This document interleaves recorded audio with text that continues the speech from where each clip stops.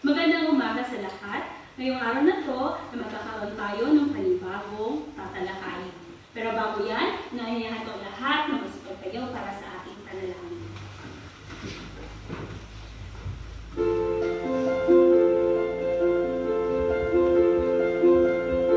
Panginoon, pinupuri at sinasamba ka namin. Salamat sa panibagong araw na ipinagkaloob mo. Salamat sa mga biyaya na patuloy mong binibigay. Salamat sa pagkakataong ito na kami ay muling matutunan. Patawarin niyo po kami sa aming mga pagkakasala at pagkukulang. Tulungan niyo po kami na magkaroon ng bukas na isip at puso. Upang lubos namin maunawaan ang aming mapapakinggan sa araw na ito. Bigyan mo po kami ng karunungan na sa ganun ay magamit namin ang mga ito sa amin. Salamat po muli at ikaw na ba ang matuwalhati sa lahat ng mga gawain na aming kapagtatagumpayan. Sa pangalan ni Jesus. Amen. Magandang umaga sa lahat. Magandang umaga po. Binibining Kayla. Magsipag-upo. Bago tayo pumunta sa ating talakayin, ano nga ba ang ating mga ginagawa sa loob ng paaralan tuwing tayo ay nagkakaroon ng talakayan? Makinig sa guro. Magaling, makinig sa guro. Atin niyang dadagdagan. Pakibasa ang ating mga alputuhin sa loob ng ating klase. Maayos na upo. Makinig sa guro at sa kamag-aral na naglalakad. Magtaas na may unais na sumagot sa mga katanungan o nais na magtanong. Makipag-usap sa katabi kung pinakailangan lamang. Mangyari na lahat ng cellphone at iba pa ang gadget ay ilagay sa silent mode at itago. Magbigay respeto sa lahat. Maasahan ko ba ang lahat ng yan sa inyo? Oo, ma'am. Magaling. Dahil nariyan din ang ating talaan ng mga puntos. Sa bawat pangkatang gawain ay lalagyan ko ng mga puntos ang inyong talaan ng puntos para sa behavioral at para sa inyong mga pangkatang gawain. Ang sa behavioral ay babasihan ko ang ating mga alituntunin kung inyo bang nasunod ang mga ito. Malinaw ba? Oo, ma'am. Sa araw na ito, bago natin simulan, basahin muna natin ang ating mga layunin. Sa loob ng itinakdang oras, ang mga mag-aaral ay naasahang nakapagbibigay kahulugan sa anekdota, nakapagpapaliwanag sa nakatagong mensahe ng binasang anekdota, nakapagsusuri ng binasang anekdota batay sa paksa, tauhan, pagkuhan, motibo ng autor. Nakapagpamahigit ng anekdota sa ibang pamilya ng pagitan. Nakapagsusulat ng halimbawa ng anekdota gamit ang comic strip. At nakapagpapahalaga sa pagpili ng paksa sa pagsulat ng anekdota. Bago natin talakayin kung ano nga ba ang anekdota, magkakaroon muna tayo ng gawain. Ito ay tinatawag na daluyang mensahe. Maaaring tumayo ang bawat pangkat. Ito ang unang pangkat, pangalawang pangkat, at pangatlong pangkat. Sa gawain ito, ay pipili kayo ng isang membro kung saan siya ang unang tatanggap sa mensahe at ipadadaloy ninyo sa inyuhang mga kasama. Magitan ng pagbulong. Ang unang makapagbibigkas na nasa huli ay siyang mananalo. Naintindihan ba? Oo, ma'am. Maaari bang magsipagtayo na o masimulan natin ang ating gawain?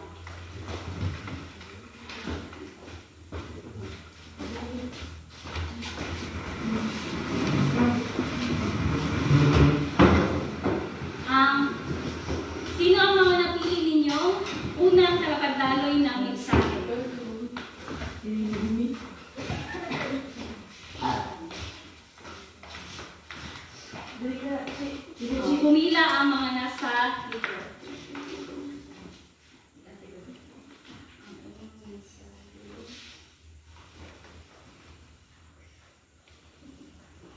Handa na? 1, 2, 3, go! Nakatutuwang ko yun. Tama! Nakatutuwang kwento. Unang pangkat. Bigyan natin sila ng 3 palakpak. Para sa pangalawang mensahe.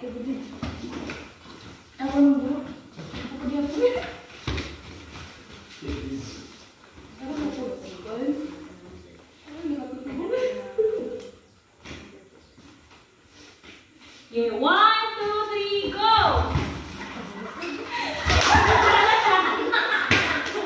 Una pa rin ang unang pangkat. Bigyan natin sila ng masigabong palakpakan.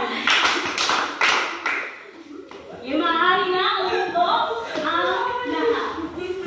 Magkakaroon na ng puntos ang unang pangkat. Pero bibigyan ko pa rin ng mga puntos ang mga ibang pangkat.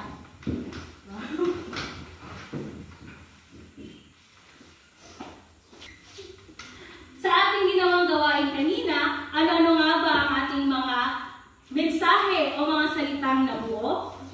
Karanasan, Nakakatuwang kwento. nakatutuwang kwento, makatotohanan at kawili-wiling mga pangyayari. Sabihin ninyo, ano kaya ang ating tatalakayin ngayong araw na ito? Base sa mga mensahe o sa mga salita ating ipinadaloy kanina. Anikdota. Tama. Ano nga ba ang anikdota? Ating alamin kung ano nga ba ang anikdota. Sabay-sabay na basahin kung ano ang anikdota. Ay isang kwentong nakawili at kapakatuwang pangyayari sa buhay ng isang tao. Ito ay gawa sa karanasan o ang pangyayari ay ang katotohanan. Sinasabing ang anikdota ay ang mga nakatutuwang karanasan. Maaaring ito ay personal or maaaring ito ay mula sa inyong kaibigan na inyo ring ipinadaloy or sinabi muli. Ito ay ang mga kawili-wili, katutuwa, or katatawa ng mga kwento. Ito rin ay may isa maikling akda kung saan ang bawat pangungusap ay kukuha ng interes sa mambabasa.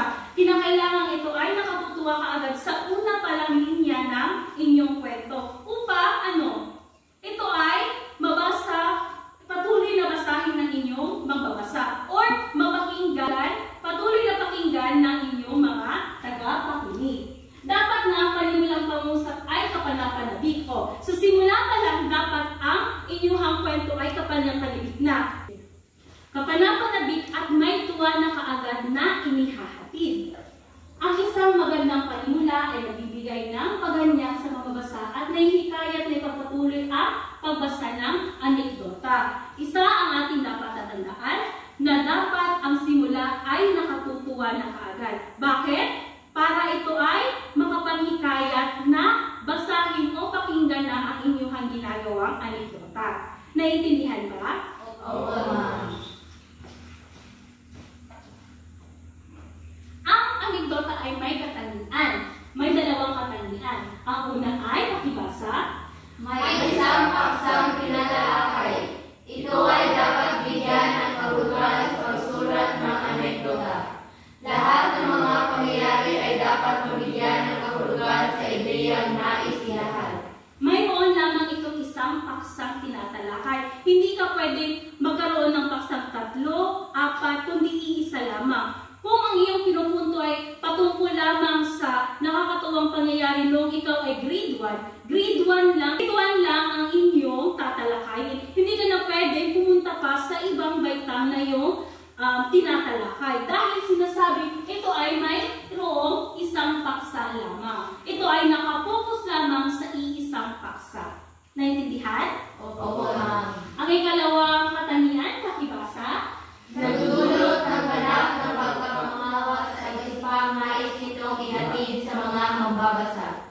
Di dapat mag-iwan ng anumang barid ng pag-aalinlangan na may susunod pang mangyayari. Hindi dapat daw maiwanan ng bahid ng kalituhan. Dapat mayroong katapusan. Hindi yung meron pang susunod na kwento episode, by series, hindi dapat. Kung hindi, dapat dito magtatapos isang kwentuhan lang. Naiintindihan? Opo, ma'am. Okay. Kung naiintindihan na, ay magkakaroon tayo ng isang halimbawa ng anekdota. Ito ay may pamagat na mula na reading. Ito ay inyong babasahin. Bibigyan ko kayo ng panahon para basahin at unawain ang kwento. Tahimik na basahin at unawain ang kwento. Sapagkat yan ay ating hihimayin mamaya-maya.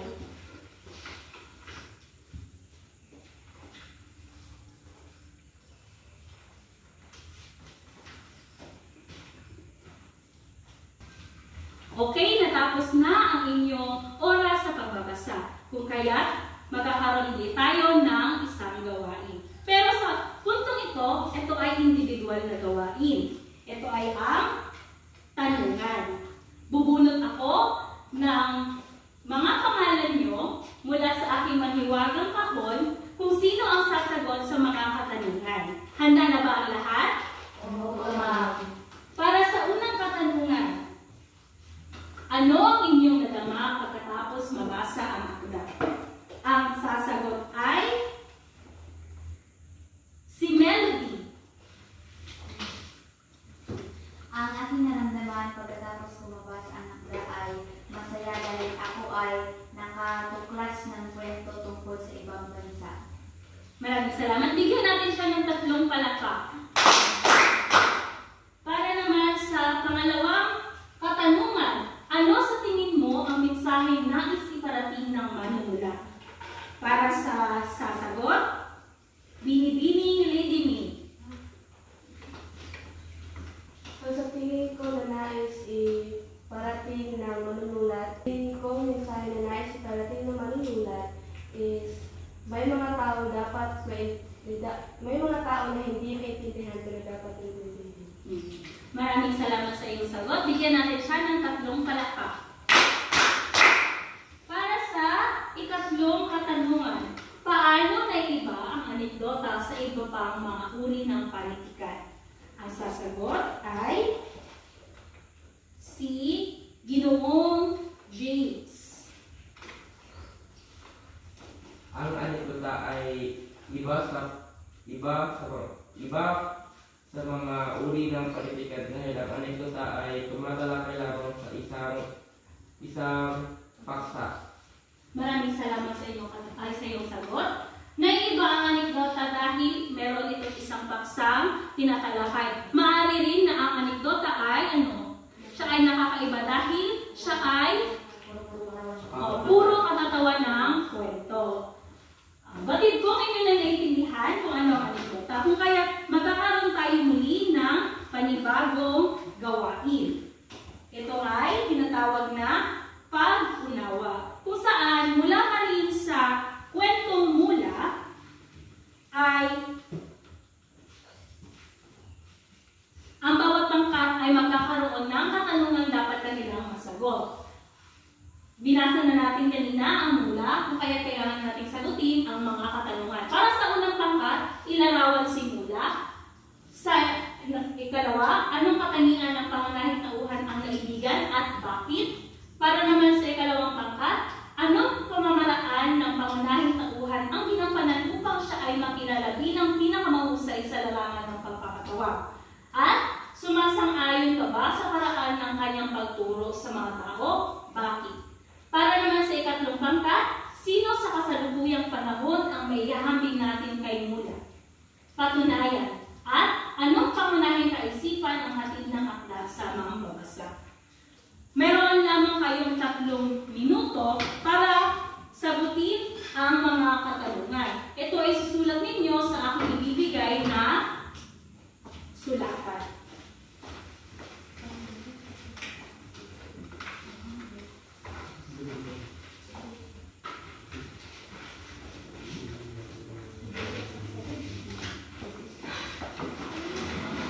Maaari na magsimula para sa inyong mga katanungan.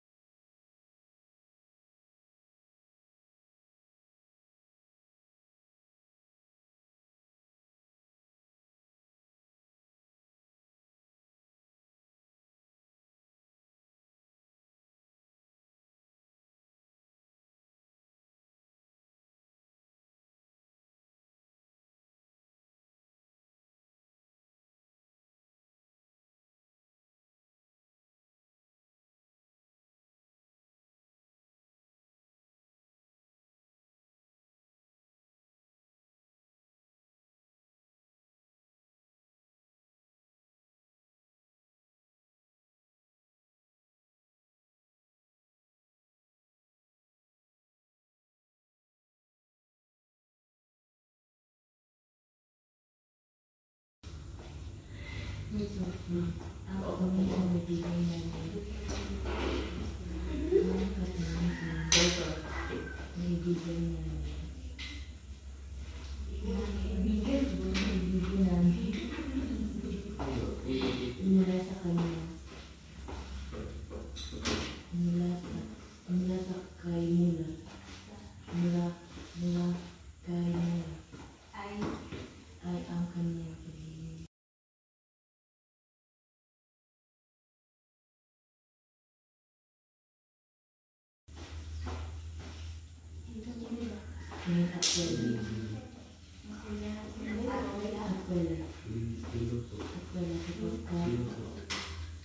Sapagkat ito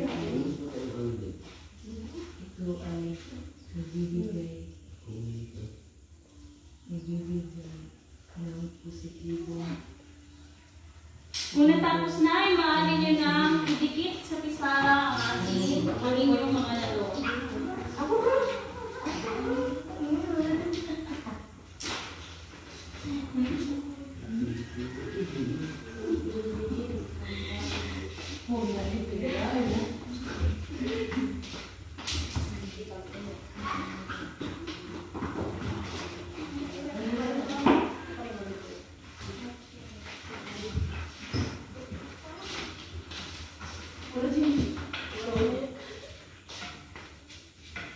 Ngayon ay ang inyo namang paglalahad sa inyong mga kasagutan. Unahin natin ang unang pangkat. Magandang umaga sa inyo lahat. Magandang umaga.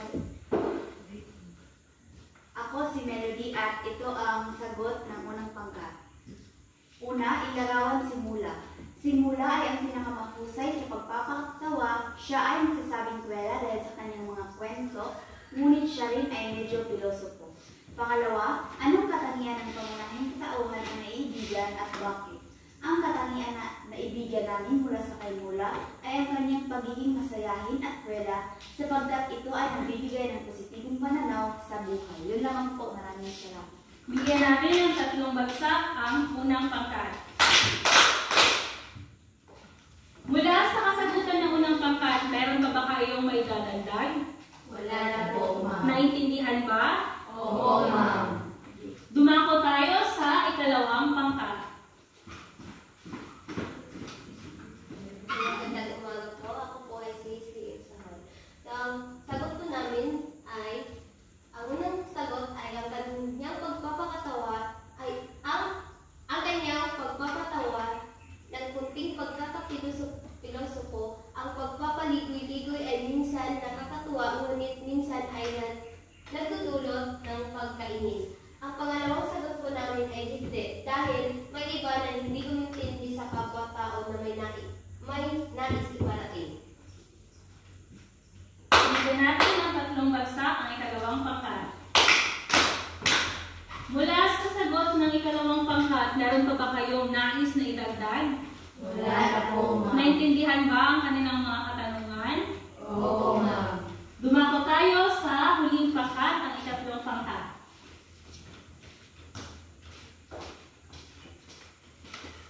Magandang umaga sa inyong lahat. Ito ang sagot ng pangatlong pangkat. Sa unang katanungan, ang aming sagot is, sa kasalukuyang maaari si Vice Ganda ang mainahan tulod kay Mula. Dahil nakikita sa kanyang mga pelikula ang pagkakaroon ng pagiging pilosopo minsan at si Vice Ganda ay magaling din magpatawa. Sa pangalawang katanungan, ang pangunahing kaisipan ng akda ay dapat intindihin ang mga taong hindi naintindihan. Bigyan natin ng 3 bagsak ang pangatlong pangkat. Mula sa kanilang sagot, mayroon pa ba kayong maidadagdag? Wala na po, ma'am. Naintindihan ba ang lahat? Oo, ma'am. Dahil dyan, mula sa inyong mga gawain, bibigyan ko kayo ng pantay-pantay na mga puntos. Bigyan natin ng 3 bagsak ang ating bawat sarili. Lubos na bang naunawaan ang kwento Mula? Oo, ma'am. Naunawaan na ba kung ano ang anekdota? Oo, ma'am. Kung naiintindihan na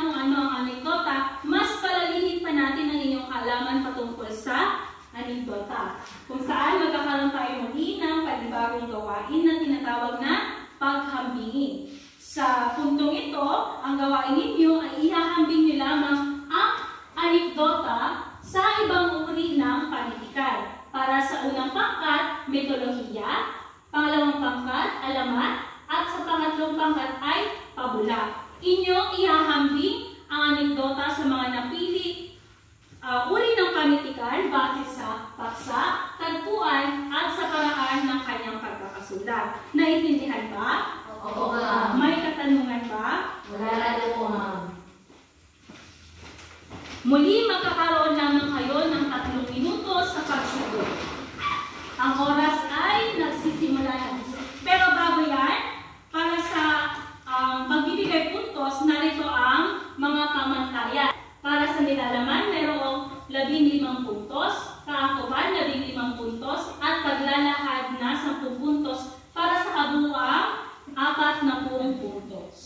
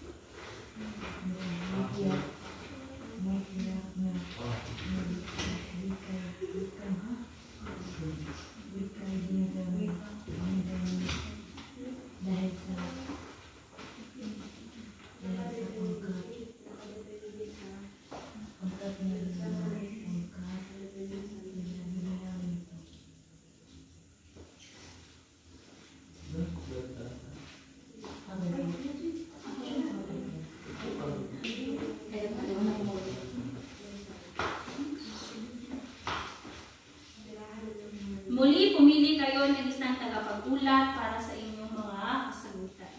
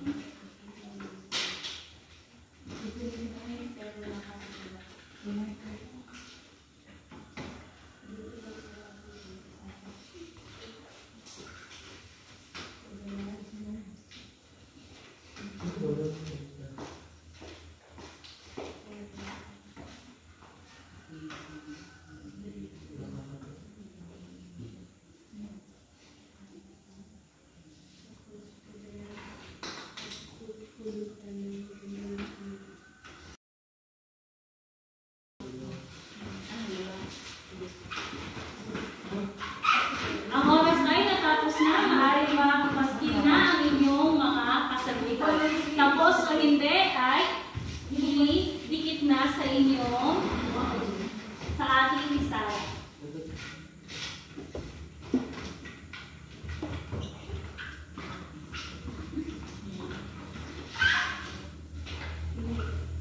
Ngayon ay ang paglalakad ng inyong mga kasagutan. Unahin natin ang unang pangkat.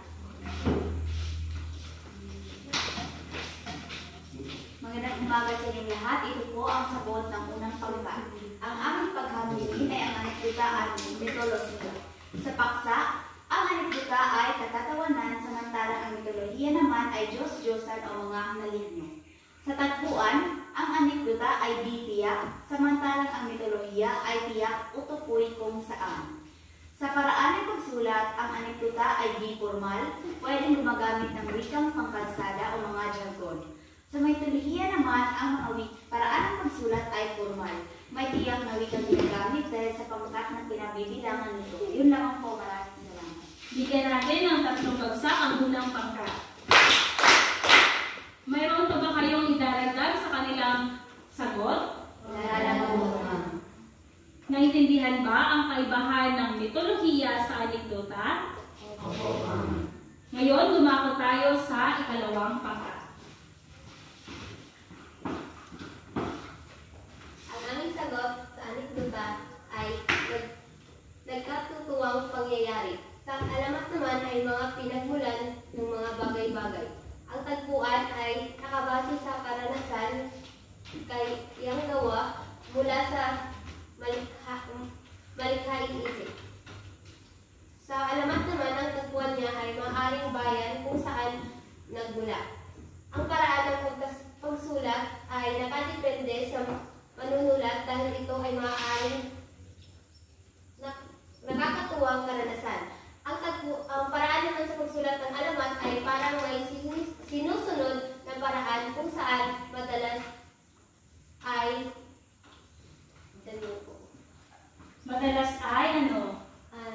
nagtatapos sa kanyang bagay na pinagmulan. Sige, bigyan natin ng 2 bagsak ang alawang pangkat. May katanungan ba mula sa paghahambing natin sa alamat at sa anekdota?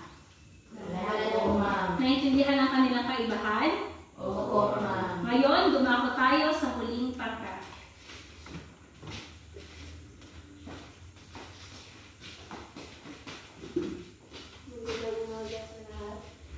Sa anekdota is kawili-wili, nakatutuwa sa pabula mabuting asal. Ang sa tagpuan sa anekdota ay nakadepende sa nagsasalaysay sa pabula tirahan ng mga hayop. Sa paraan ng pagsulat, sa anekdota, may kwenta, minsan ay walang kwenta pero nakatutuwa. At sa pabula, Hindi natapos ng pangatlong pangkat ang kanilang gawain. Para sa paraan ng panunulat sa pabula, ano ba kadalasan ang pabula? Di ba ito ay kwentong tungkol sa mga hayop o ang mga karakter ay mga hayop kung saan nagbibigay sila ng magandang aral, ang pagkakaroon ng mabuting asal. Sa kanilang paraan ng pagsulat, madalas ito ay may pagkakasunod-sunod kung saan merong simula patungong wakas. Meron bang ibang katanungan mula sa ikatlong pangkat? Naintindihan ba ang pagkakaiba ng anekdota at ng pabula? Opo, ma'am. Meron pa bang ibang katanungan mula sa talakayan natin kung saan ang anekdota?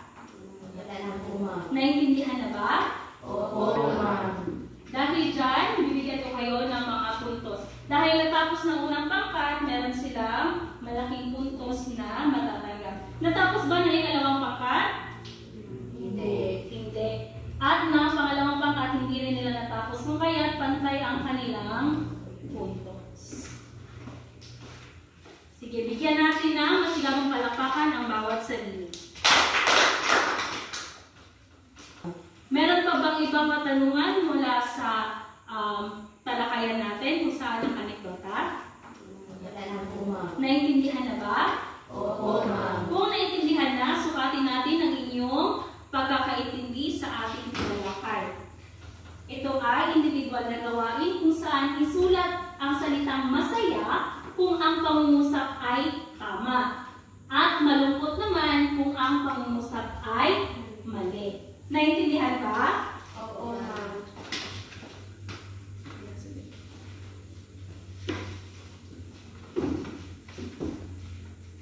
Simulan na ang inyong pagsasagot.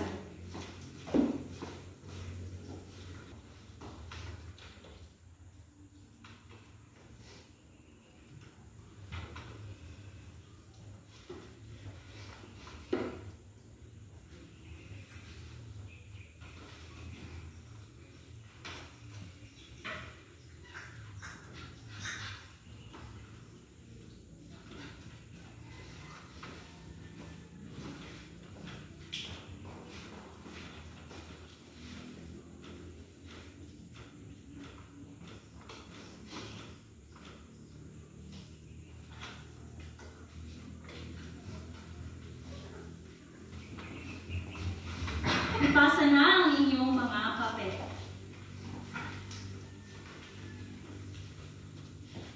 Alam kong lubos na naunawaan na ninyo ang ating tinalakay. Ngunit, mas palalimin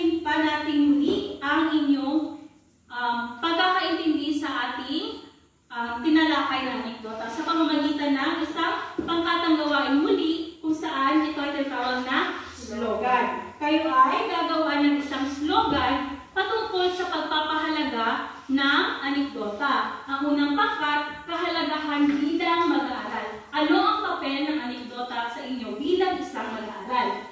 Sa ikalawang pangkat, kahalagahan sa mga mambabasa. Bilang kaugnay pa rin sa bilang mag-aaral, kayo ng mga mambabasa, ano ang kahalagahan ng isang anekdota para sa inyo?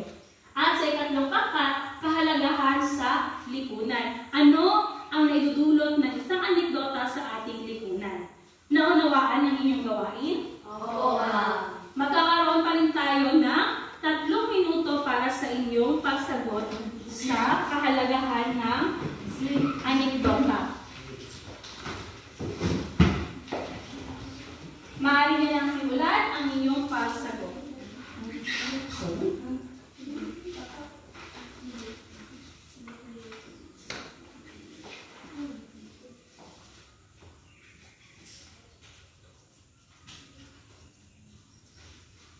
Maaari niyo lang hindi idikit ang inyong mga kasagutan at hawakan na lang at sabihin kung ano ang inyong slogan na isinulat.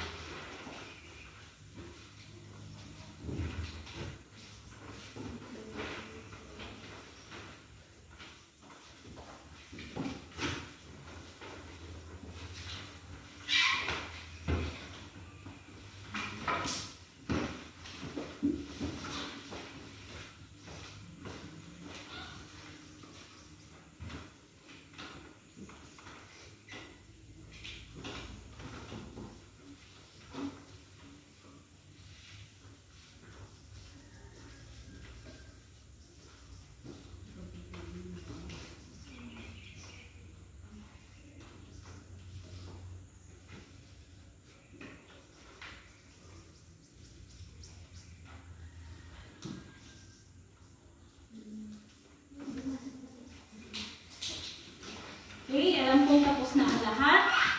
Kaya naman, unahin natin ang ikatlong pangkat para sa kanilang slogan. Ang aming slogan ay masayang kwento, positibong mundo. Ito ay patungkol sa kahalagahan sa lipunan. Kung saan, pakiulit nga. Masayang kwento, positibong mundo. Masayang kwento, positibong mundo. Bigyan natin ng 3 bagsak ang ikatlong pangkat. Para naman sa unang pangkat. Ang aming slogan ay, ang nakatutuwang kwento ay gamot sa minsay pagkakabagot. Ang minsay Pagkakabagot. ang nakatutuwang kwento ay gamot sa minsay pagkakabagot. Bigyan natin ng 3 bagsak ang unang pangkat. Para naman sa ikalawang pangkat, patungkol sa kahalagahan sa mga mambabasa. Pagngiti ng minsan sa binasa ay natutulak upang ipagpatuloy ng buhay. Bigyan natin ng 3 bagsak ang ikalawang pangkat. Naunawaan na bang lubos ang anekdota? Oo, ma'am. Maging ang kahalagahan nito? Oo, ma'am. Ngayon naman, meron ba kayong mga katanungan? Wala po. Wala kayong mga katanungan? Kung wala kayong katanungan, ako ang magtatanong sa inyo. Sige. Muli, bubunot ako kung sino ang sasagot sa katanungan. Okay, para sa unang katanungan, para sa iyo, ano ang papel na ginagampanan ng anekdota? Si Binibining Jennifer. Okay, para sa iyo, ano ang papel na ginagampanan ng anekdota? Ang papel na ginagampanan ng anekdota sa akin ay nagbibigay aral.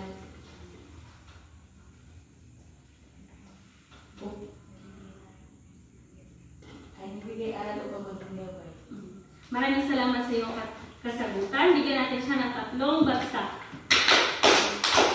Ang papel sa kanya daw ng anekdota ay nagbibigay aral. Para naman sa ikalawang katanungan. Kailangan ba ang pagpili ng paksa sa pagsulat ng isang anekdota? Bakit? Ang sasagot ay si Ginoong James.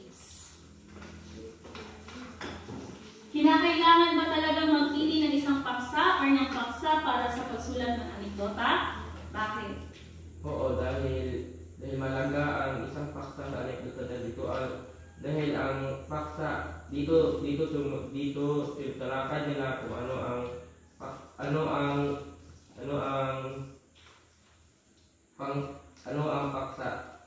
paksa nila. Maraming salamat sa iyong kasagutan. Bigyan natin ng tatlong bansa.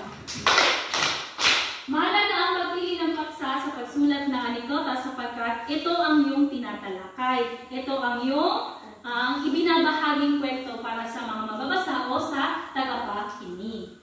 Para naman sa ikatlong katanungan, bakit mahalaga makapagbasa tayo ng ganitong uri ng babasahin? Para sa inyo bilang isang mag-aaral, ano nga ba ang kahalagahan nito? Bakit kailangan natin basahin? Sige, Miss. Mahalaga itong basahin dahil itong anekdota is makapupulot din tayo ng aral na at saka makapagpapataw sa atin. Maraming salamat sa iyong kasagutan. Bigyan natin siya ng tatlong bansa. Mahalaga ito sapagkat ito ay nagbibigay sa atin ng aliw. Tayo ay natutuwa sa pagbabasa ng ganitong uri ng babasahin. Bukod sa aral, tayo ay natutuwa.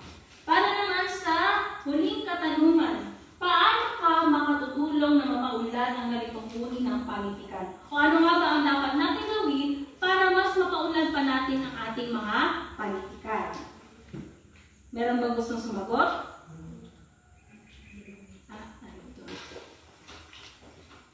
Para sa panghuling katanungan, ang sasagot ay si Binibining Melody. Makakatulong po ako sa pagpapaunlad ng ganitong uri ng panitikan sa pamamagitan ng pagbabasa ng akda na ginawa sa ating mga kapong Pilipino at paggawa rin ng sarili kong akda. Maraming salamat sa iyong kasagutan. Bigyan natin siya ng tatlong bagsak. Makatutulong tayo sa pag-unlad ng ating panitikan sa pamamagitan ng pwede tayo magsulat ng ating sariling akda o di kaya basahin at hikayatin ng iba pa mag-aaral natin na magbasa rin ng mga akda. Meron bang mga katanungan? Wala na po, ma'am. Wala na. Sa puntong ito, magkakaroon na tayo ng gawain.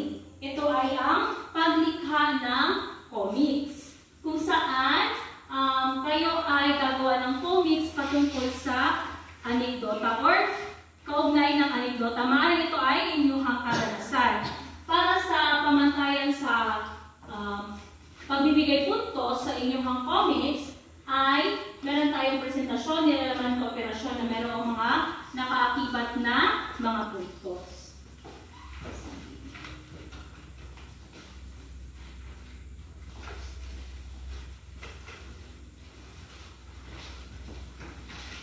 Simulan na ang inyong pagsasagot.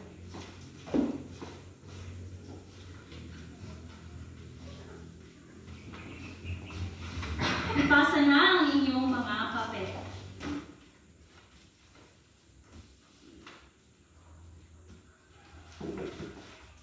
Naunawaan na ba ang anekdota? Oo, ma'am. Naunawaan na rin ba ang kahalagahan nito? Oo, ma'am. Ano nga muli ang anekdota? Ito ay kwentong katatawanan.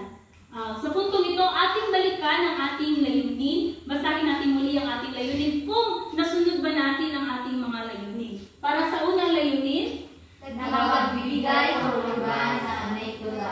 nabigyan na ba natin kahulugan ng anekdota? Oo, ma'am. Ano nga muli ang anekdota? Mga kwentong katatawanan. Mga kwentong katatawanan. Para sa ikalawang layunin natin, Nakapagpaliwanag sa nakatagong mensahe ng binasang anekdota. ano nga